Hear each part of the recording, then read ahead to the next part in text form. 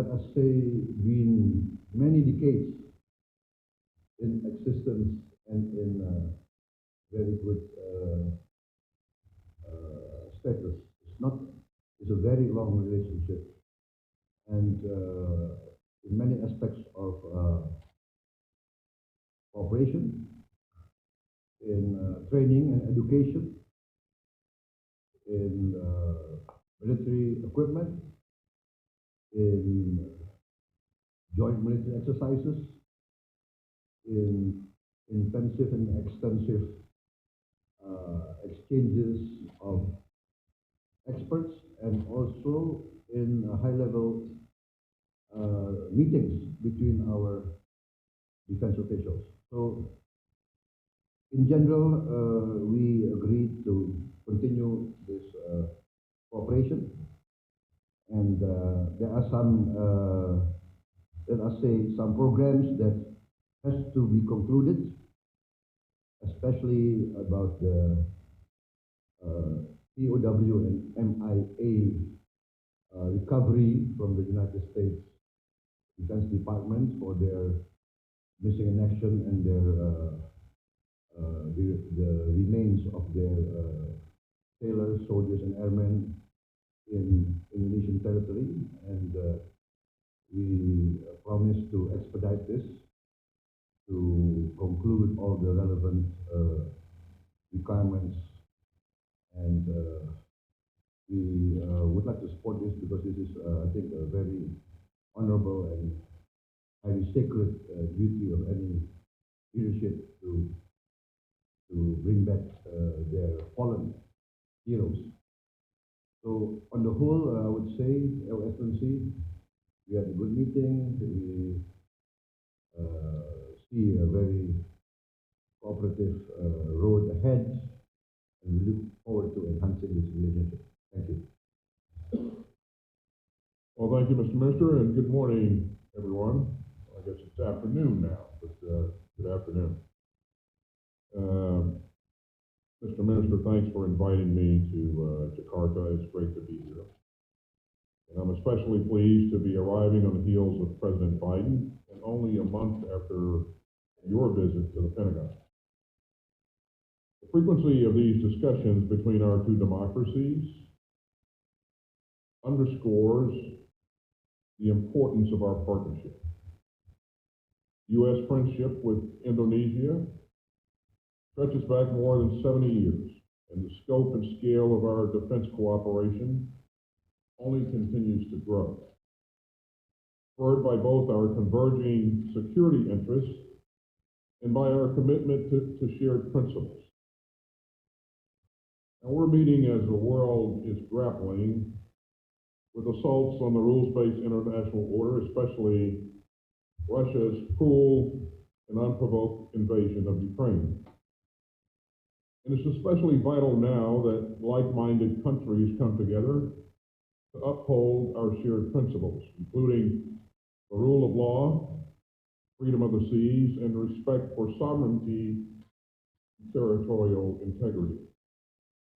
So I applaud Indonesia for its votes at the UN General Assembly earlier this year, condemning Russia's illegal aggression against Ukraine. Those principled votes reinforce Indonesia's role as a global leader. And in its own region, Indonesia has shown impressive strength in defending your sovereignty and the region's security. Mr. Minister, the United States is proud to partner with you as we work together to advance our shared vision of a free and open Indo-Pacific. During our meeting today, Minister Prabowo and I discussed ways to deepen our partnership, including through expanding interoperability and increasing investments in defense education. Now, for more than a decade, our forces have exercised alongside each other. And we continue to expand the scope and complexity of our engagements. Earlier this year, Indonesia hosted a Super Garuda Shield, with more than 4,000 combined forces from 14 countries, making it one of the largest multinational exercises in the region. Our military leaders have also long trained and studied together. In fact, the professional military education and training exchanges between our two countries date back to 1970. Since then, more than 7,000 Indonesian military and civilian personnel have been educated in the United States. We provided more than $130 million in training and education funds to Indonesian students. Our own defense leaders have also benefited from Indonesia's outstanding institutions. More than 100 American military officers have been educated here, and we continue to invest in the future.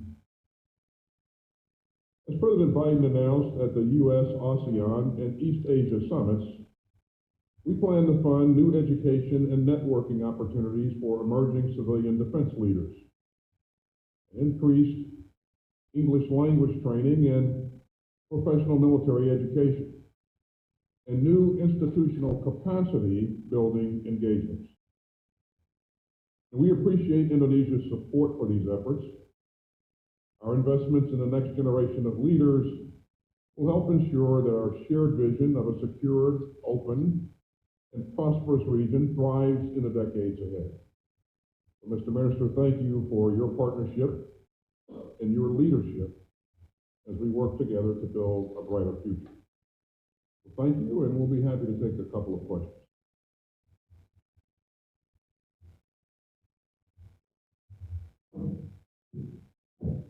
Thank you, sir.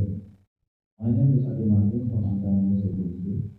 I will deliver one question, the same question, to Pak Prabowo and Secretary Austin.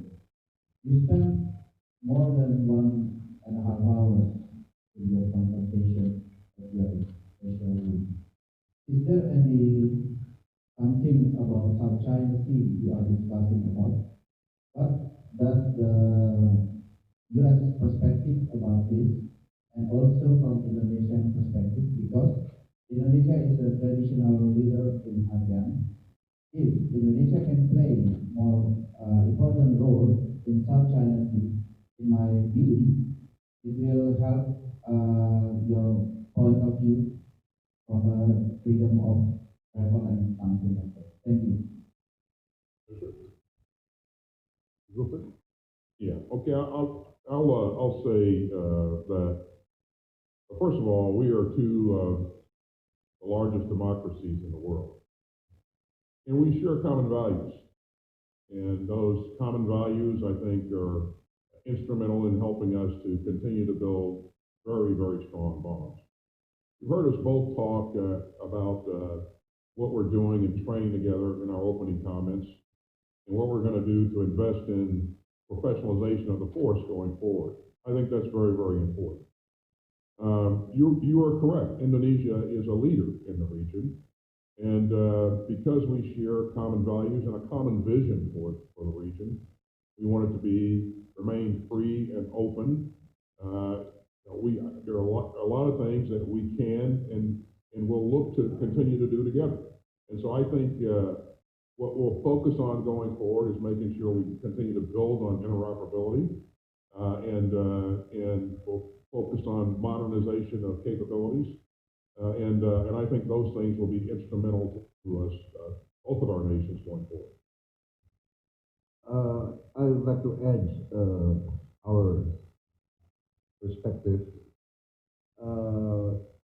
As Secretary Austin mentioned, we have converging interests also. United States is a great world trading nation. Indonesia is also a trading nation. We depend on freedom of navigation for our trade, for our exports and our imports. So it's the interest of all trading nations to have a zone of peace and stability. And I would like to hear, I would like also at this point to emphasize that Indonesia always takes the position of trying to maintain the best of relationships with all nations, especially all major powers. And we have openly uh, declared many, many times that we consider China to be a friendly nation to Indonesia. And our way of managing possible misunderstandings, possible uh, differences of opinions in matters of territorial waters, etc., we consider we will be able to resolve them with dialogue, with friendly attitude and friendly relations. However, we do emphasize that uh, Indonesia will defend its sovereignty and will defend our independence. So we hope we hope and we will work together uh, jointly, and we will do our best to maintain friendly relations in this region. Therefore, we have mechanisms such as high-level meetings between our leaders. As you know, President Biden and President Joko Widodo had a good meeting in Bali. Also, President Joko Widodo and President Xi Jinping had a good meeting also in Bali. And I just came from People's Republic of China, the invitation from Minister of Defense Wei Fenghe, and immediately after that, I'm greatly honored to host Secretary Austin. And being good friends to both, we consider ourselves, we can help in maintaining communications, maintaining relationship that can manage possible rise of tension. Itu jawaban saya.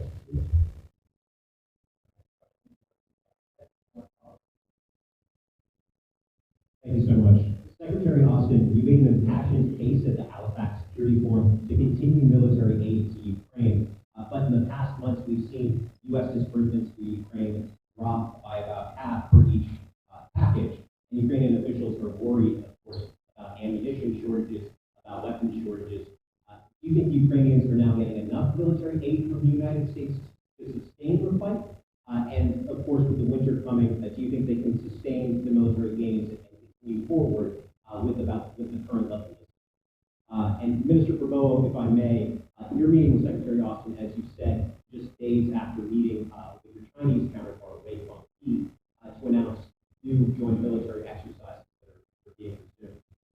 But despite pressure from Western allies, you haven't dropped Indonesia's defense deals with the Russian Chinese, and you don't have many specific deliverables to announce today. Does this signal at all that Indonesia is moving more towards China as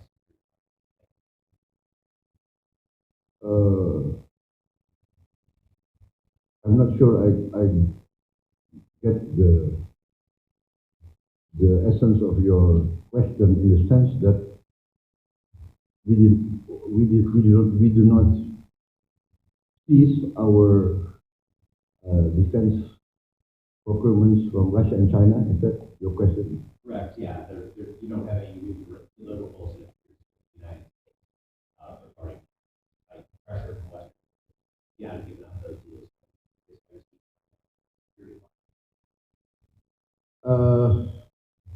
We have a long-standing relationship with Russia and China. We have relationships with Russia for many, many years. Our military uses Russian equipment. This is from many decades, many decades. And as I mentioned just before your question, our relationship with China is also very good. So our American friends know this and respect this. And our American friends do not pressure us, have never pressured us to cease our relationship with China. So we value our relationship with China. And as an independent and sovereign country, we reserve the right to use and acquire equipment from many, many countries. That's, I think, my answer. Jack, yeah, Jack, in terms of your question on Ukraine, I think you know, to this point, we've provided over $20 billion worth of assistance to Ukraine. And we've heard us say that we'll continue to support Ukraine for as long as it takes. And you also know that this is an international effort, and you know that the entire well, I host a Ukraine Defense Contact Group meeting every month that consists of ministers from not only from NATO, but also from other countries around the globe. From the very first meeting, they have remained very committed to providing Ukraine as much assistance as we can provide Ukraine for as long as it takes. We've seen Ukraine use that assistance in very artful ways, and they've been very successful on the battlefield thus far. We've seen them take back, we've seen them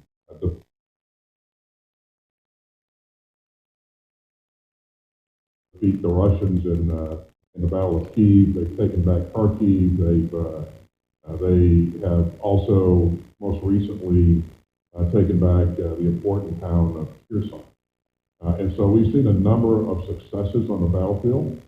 And as we go forward into the winter, we've done a lot to try to prepare the Ukrainians to be prepared for a fight in the winter, and enable them to continue to keep pressure on their adversaries throughout the winter months. I think they'll be in much better condition than their adversaries because of the things that we provided. And again, our focus is to support them throughout. Their focus is to make sure that they're doing everything to take back every inch of their sovereign territory. So, hard to predict how things will evolve and on what timeline, but we're in this in support of Ukraine for as long as it takes.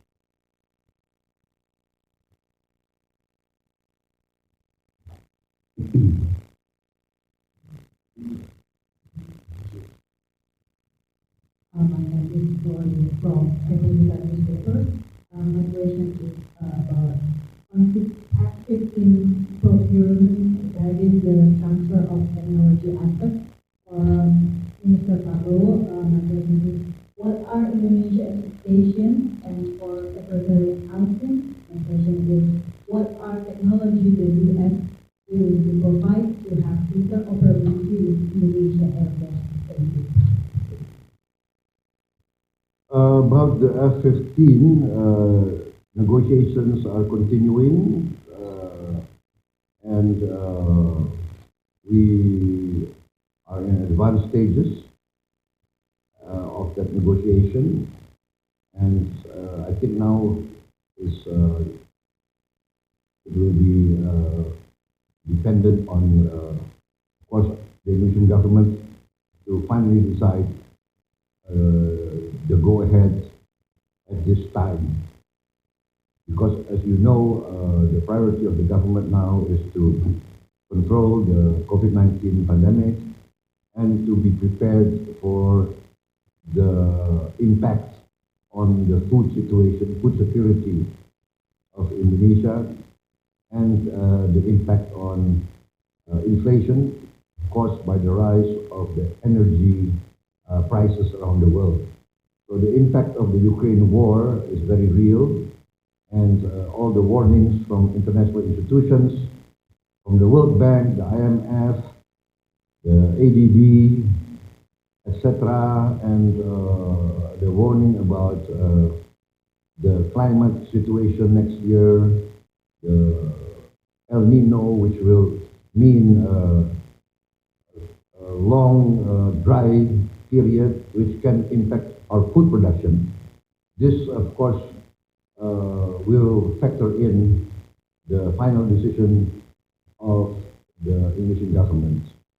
But as the Ministry of Defense, we have calculated, we have designed a program together with our American partners in industry that we are confident, and I have advised our government that we are confident that the financial package is affordable, because these systems are systems that we will use for at least 25 to 30 years ahead. And we are in close discussions with Boeing for joint cooperation with our aviation industry, PTDI, GNF, and sebagainya. Thank you. Well, we certainly support the minister's efforts to continue to modernize the defense systems and capabilities. And we want to be helpful in any way we can, continue to be helpful in any way we can. As you know, we already have a healthy contingent of F-16s. The F-15 platform provides additional capability, and those two platforms complement each other. Just as you see in the U.S. forces, we have a number of different types of platforms that work together. Now, the acquisition of the F-15 certainly increases interoperability.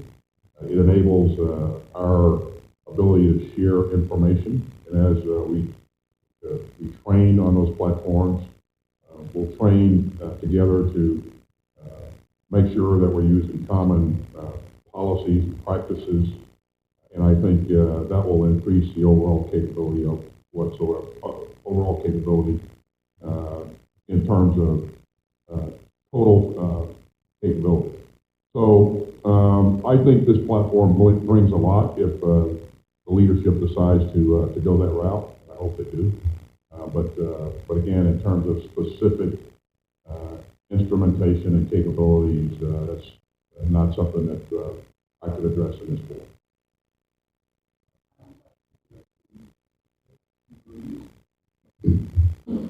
Mr. Prabowo, on board fighter jets again, can you reach a deal on those jets by the end of the year, you think? And is Boeing okay with Indonesia's request to pay for the jets installment over time?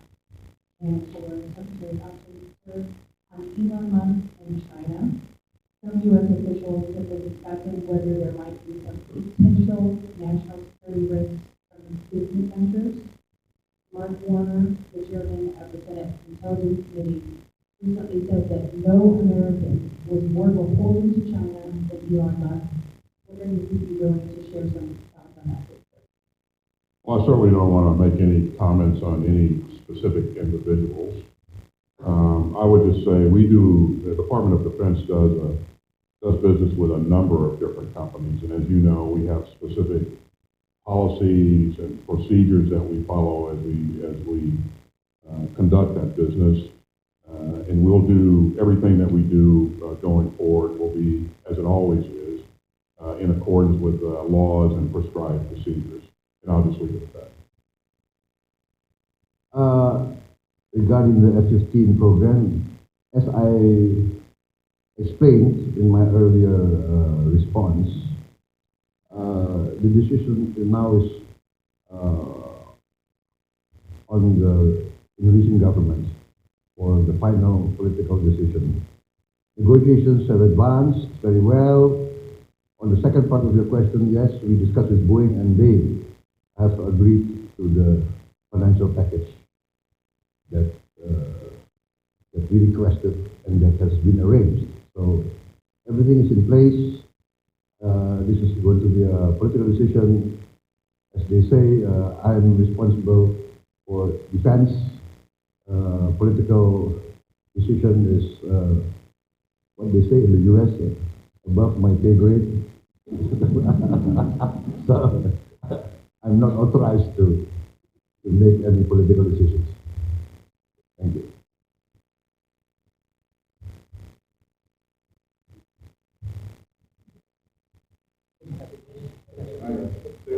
Okay, thank you very much, ladies and gentlemen. Thank you very much.